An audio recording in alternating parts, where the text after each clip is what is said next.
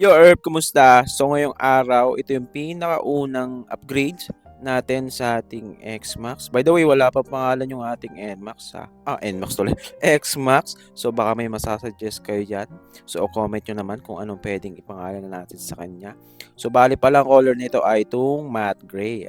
Kita nyo naman. So ito yung pinakabagong kulay nila ngayong 2024. Maganda rin sana yung black nito, yung glossy black. Kaya lang baka marami nang meron. So by the way guys, ayan, dumating na nga kasi yung order natin sa Shopee, which is yung pang-upgrade nga natin sa kanya. Ayan, hulaan nyo kung ano ito.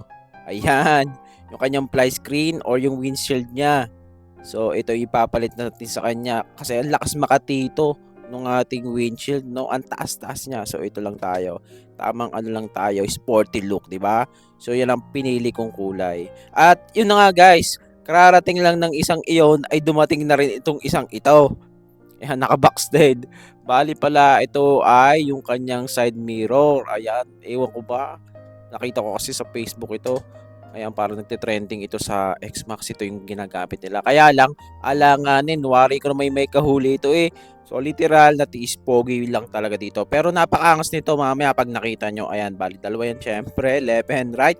At meron pa yung pinakabilog guys para mas kita pa. So, ito na nga, pinunta na natin ang ating unit. At syempre, inumpisahan natin ang ating first upgrade dito, which is ang fly screen niya or yung windshield niya. So binaklas ko na yan, meron lang 4 na tornilyo at ayan, natanggal ko naman agad.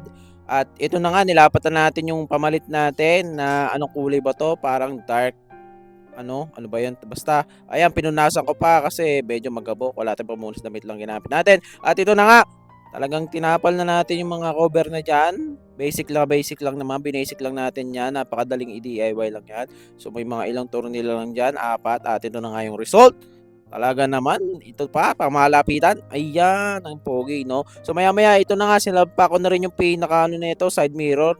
Ito na nga yung papalit natin sa kanya. Ayan guys, sinalpa ko lang yan dyan, pinasok ko lang yan dyan. Bali pala meron pa lang yung ano dyan, adhesive. So muntik ko pa makalimutan. So ayan, in-screw ko lang din. So ganyan, binaong ko lang yung pinakasalamin. So napaka-basic lang guys. Ang dali lang nitong gawin. Kayang-kaya ng lahat. Ayan, di ba? So ganun. Nilagyan ko na rin pala siya ng ano, yung screen protector para siyempre hindi magasgasan. Ayan, talaga naman tinuklap na. Ayun, anong result? 1, 2, 3 into the 4. Snoop Doggy Dogg and Dr. Dre is at the It's like this and like that and like this and it's like that and like this and like that and it's like. Yun na nga result guys. Hindi ko alam kung na-appreciate nyo kasi gabi na. Nakalimutan natin mag-montage nung araw. So medyo naging busy tayo. Bali guys, mag-comment nga kayo dyan kung anong pwedeng pangalan natin dito sa ating unit guys. Supportahan nyo ako. Follow for more. Let's go!